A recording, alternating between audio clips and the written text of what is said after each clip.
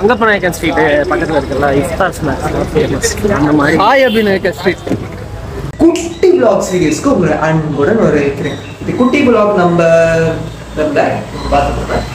So இன்னைக்கு நம்ம எங்கே போகிறோம்னா, இன்னைக்கு நம்ம கோவில் போகிறோம். நம்ம ஃப்ரெண்டோட எப்படி போகணும்னு பார்த்தேன். மலையில் நஞ்ச புதற மாதிரி என் முடி இருக்க ஒரு டிரான்சிஷன் போட்டு குளிச்சு ரெடி ஆயிடுச்சு. இன்னும் புதற மாதிரி தான் இருக்குது. சரி, இன்றைக்கி பிரேக்ஃபாஸ்ட்டு முட்டை, மோர், அப்புறம் ஒரு பழம் பிடிச்சி வாயில் தள்ளிட்டு வாயால் சாப்பிட சொன்னால் மூஞ்சால் சாப்பிட்டுட்டு இருந்தேன். அப்புறம் நம்ம அன்பு தோழன் மீட் பண்ணிட்டு ட்ரெயின் ஏற போயிட்டு இருந்தோம். மஞ்சப்பையோடு வந்துருக்கோம். மீண்டும் மஞ்சப்பை யூஸ் பண்ணலாம், மெட்ரோ ஏறி டெஸ்டினேஷன் ரீச் பண்ணலாம் அப்படி. On streets of Thambuchetty. ஏன் தம்புச்செட்டி?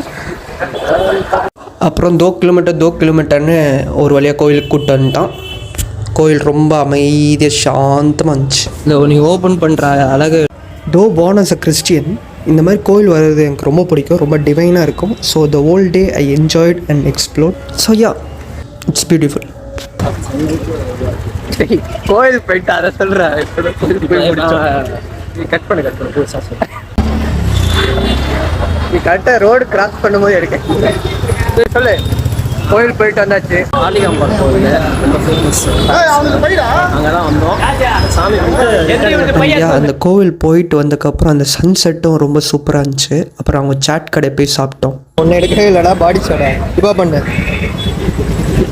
அப்படியே திருப்பி என்ன காட்டுறோம், கத்தோரி சாப்பிட்றோம். எங்கடா இங்கே காட்டுறோம். இதுக்கப்புறம் தான் நாங்கள் ஸ்கேம் ஆகிட்டோம். அங்கே நேச்சுரல் ஆரஞ்சு குல்ஃபின்னு ஒரு ஐஸ்கிரீம் இருந்துச்சு. நான் பார்த்தோன்னே என் ஃப்ரெண்டுக்கிட்ட அடமுடிச்சு கேட்டேன். அதில் மஞ்சப்பையோட இந்த குல்ஃபியோ வந்துருச்சு. Natural fruit ice cream. வா, ஃபர்ஸ்ட் பைட் எடுங்க ப்ரோ. இந்த தம்மாத்தூண்டு பழத்துக்கு 130 ரூபா வாங்கிட்டான். அதுவும் நிமிஷம் ஒரு ரேடியோவை போட்டு விளம்பரம் பண்ணிட்டு இருக்காமா. அதுதான் எனக்கு காண்டாக வருது. என் ரியாக்ஷனை பாருங்களேன்.